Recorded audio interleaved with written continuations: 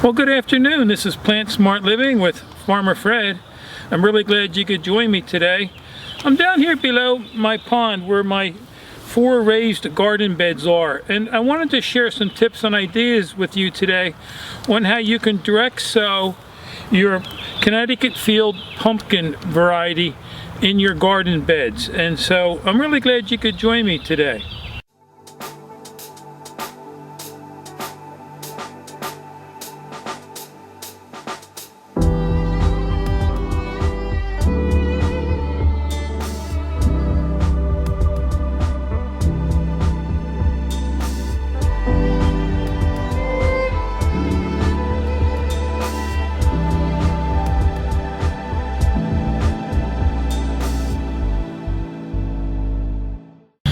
So on these seed packages they give you, there's always some nice helpful information here. So let me take a minute here and we'll read the back package of this pumpkin Connecticut field variety here.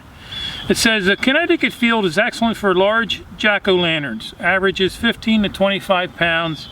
A bright orange ribbed rind with deep yellow coarse flesh. Plant 3 to 4 seeds per hill. Harvest when full color has developed and the vine has dried. And I just enjoy growing pumpkins here on our property. My grandson Hunter, he enjoys the pumpkins. It's fun. It's also fun to share some of the pumpkins with my 3 daughters. And so, it's really something that's very simple to do. I've grown pumpkins here for quite a few years in this same spot, and these pumpkins really vine out really far. So I like to give them a lot of room. They'll probably go out at least 12 feet. And so in order to prepare this raised bed, this is a raised bed here that I had repurposed these out of some picnic tables I had, and these are 30 inches by 5 feet long. And so and what I did is I filled these with my composted leaf mulch amended with topsoil, and then I have my alfalfa pellets.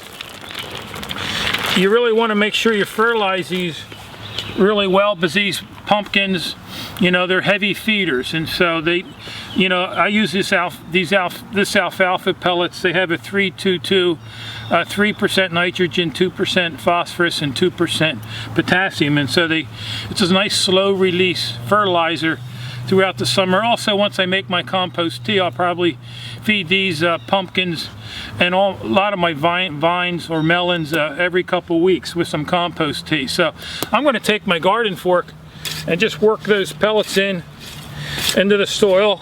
You want to make sure your soil is always nice and loose. And from my experience too, the melons, they seem to like to have their feet nice and warm, and they like either you plant these in a mound, and so this is elevated about 12 inches. And so you want to make sure your soil is nice and loose. And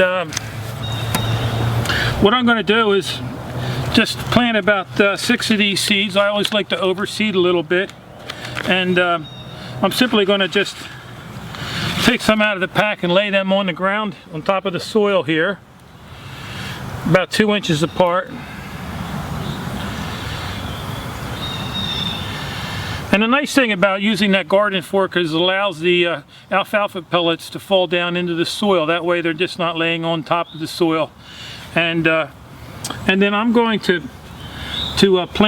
put these in about 1 inch deep here.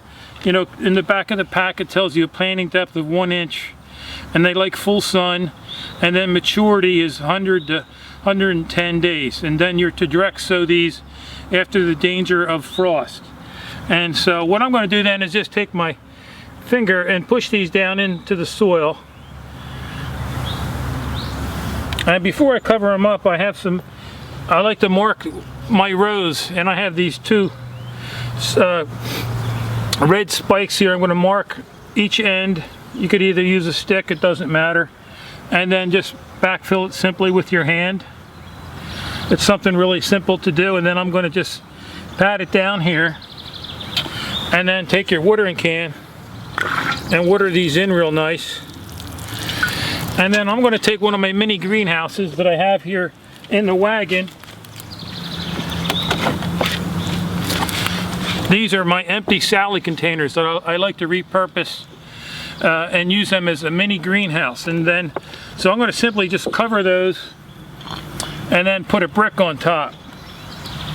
And that way it'll hold in the moisture, it'll warm the soil up, and it'll also keep any birds or anything out of the soil. And then, you know, once these pop their heads out of the soil and start growing, I may eventually take the greenhouse off. Especially on a hot sunny day, you might want to take this mini greenhouse off your plant. And then I also have some fence sections that I'm going to cover these plants with until they start growing and mature more, and then I'll take them off. But the deer don't really bother these vines too much.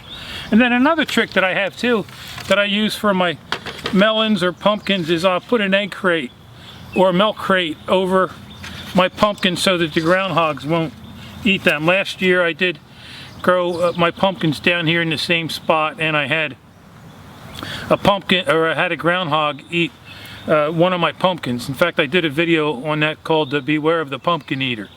And so anyhow, that's about it for growing your pumpkins.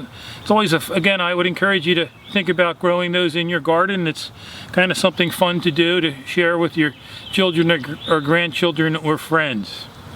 So anyhow, and then as far as seed germination, these will probably come up in about 5 to 7 days, I would think. And so, and the soil temperatures, it's warming up really nice for these seeds to germinate. So anyhow, I hope you enjoyed this video, and I just want to thank you for joining me today. If you have any questions or comments, feel free to leave them in the section below. So until next time, this is Plant Smart Living with Farmer Fred.